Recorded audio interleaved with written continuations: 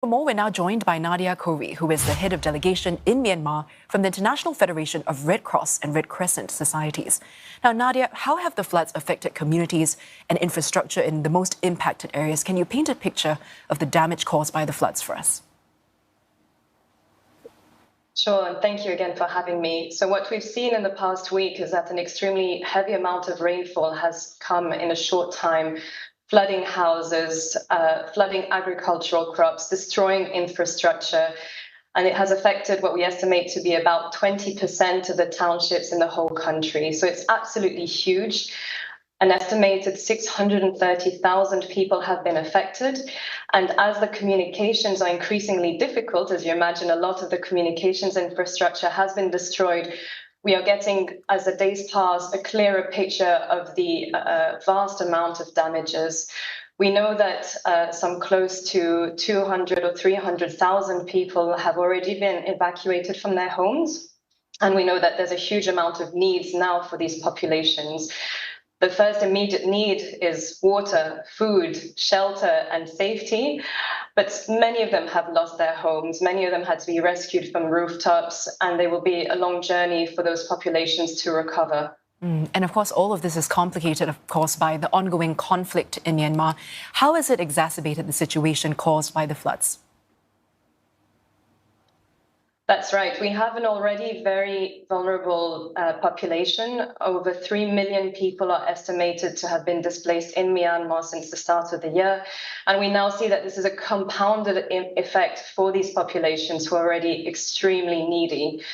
It's very challenging for those populations at the moment, and they have needs in terms of access to health, which was already restricted, access to clean water, access to a shelter, and access to recovery for their livelihoods. Many of them have lost their cattle, many of them have lost their agricultural lands, many have lost sources of tourism, and we've seen areas also in the capital city affected.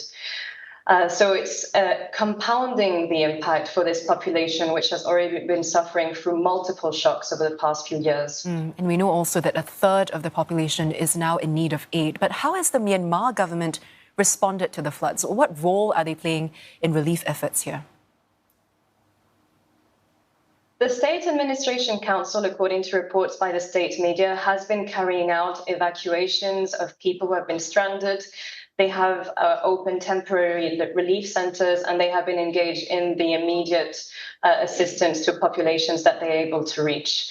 There are so many needs that there is also a lot of efforts from local actors, such as the Myanmar Red Cross, with whom we work very closely. Other national societies are also supporting, and other organizations. There's quite a lot of amount of local support from local communities. The amount of generosity is very impressive in terms of what communities are willing to contribute to their neighbors, and more will be needed. So we are hoping to launch an emergency appeal for additional assistance to be carried out through the Myanmar Red Cross, our main partner in country, for those early response needs that I've already mentioned, as well as assistance over the next 3 to 6 months and even up to the next year. Now, Nadia, you're on the ground right now. Can you tell us how humanitarian organizations, such as the ones you're coordinating efforts for, how is that happening in such a complex environment, especially with this ongoing conflict? What are some challenges you're facing? One of the key challenges is already communication challenges. There is so much happening and so much information coming from different areas. It's difficult at this stage to paint a picture. And that's why at the moment we're speaking about estimates of people affected.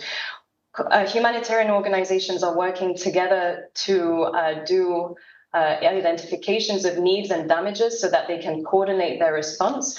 We have, as a humanitarian system, coordination mechanisms, and we are able to draw on the expertise of many different humanitarian organizations, such as some of the UN organizations.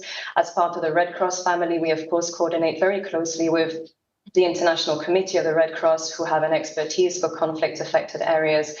And it's also extremely important for the international organizations to work very closely with the local organizations. So they're the ones who have a lot of the local community knowledge, will be able to access the communities who are the most affected and the ones on which we rely on very closely. Now, of course, as humanitarian organizations, our mandate is to help whoever needs assistance wherever they are. And we are very, very careful and dedicated to that amount of impartiality. So our key focus is assisting people without any discrimination wherever we're able to reach them. And speaking of the work that you're doing as well, what are some of the logistical and perhaps even security challenges that are being faced by the aid workers in these affected regions, and how are you overcoming them? Well, in terms of logistics, of course, roadways have been impacted, telecommunications have been impacted, so we know that transport is heavily affected. Bridges have been destroyed, roads may be insecure, and that, of course, has a direct impact on our ability to deliver fast and at scale. We have also seen that infrastructure has been destroyed. For example, one of the Myanmar Red Cross offices has been completely destroyed. So when local responders have their own infrastructure affected, that of course impacts on the overall response. Now, in terms of insecurity, as you mentioned, in some areas, there are active contestations for the control of the territory, and that increases the risk for populations, but also for aid workers. One particular area of concern is with regard to mine risks. So there is quite a lot of explosive ordnance at the moment in Myanmar. And of course, with the rising flood waters, there's concern about those risks harming more and more civilians without their knowledge. An additional point to bear in mind is that the waters have affected areas in the center of the country, and as the rivers flow downstream, there might be additional impact on the populations that live in the south of the country. So that's also something that we're closely keeping an eye on in order to ensure preparedness measures. And Nadia, before we go, what are the most urgent and immediate next steps that must be taken to ensure that a lot of the relief gets to the people who need it most? Well, we would request that people find a way to support. First of all, people are able to support through in-kind donations to organizations that they know in Myanmar. A lot of organizations will be calling for funding as well, as we will be as IFRC.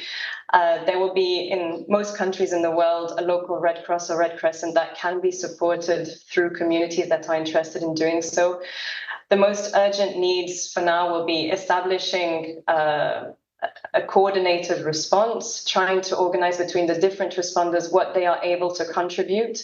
As I mentioned, there's a lot of local efforts that are already being done, and thinking in the medium and long term. So there's a lot of local support coming for the immediate survival needs, and more will be needed in the coming weeks. Now, we know that when the media attention decreases, the amount of support may also decrease. So we do encourage this medium-term perspective to enable the recovery for those populations that have been most impacted. Nadia, thank you so much for sharing your thoughts with us. That was Nadia Khoury, who is a head of delegation of the International Federation of Red Cross and Red Crescent Societies, and she's speaking to us live from Yangon.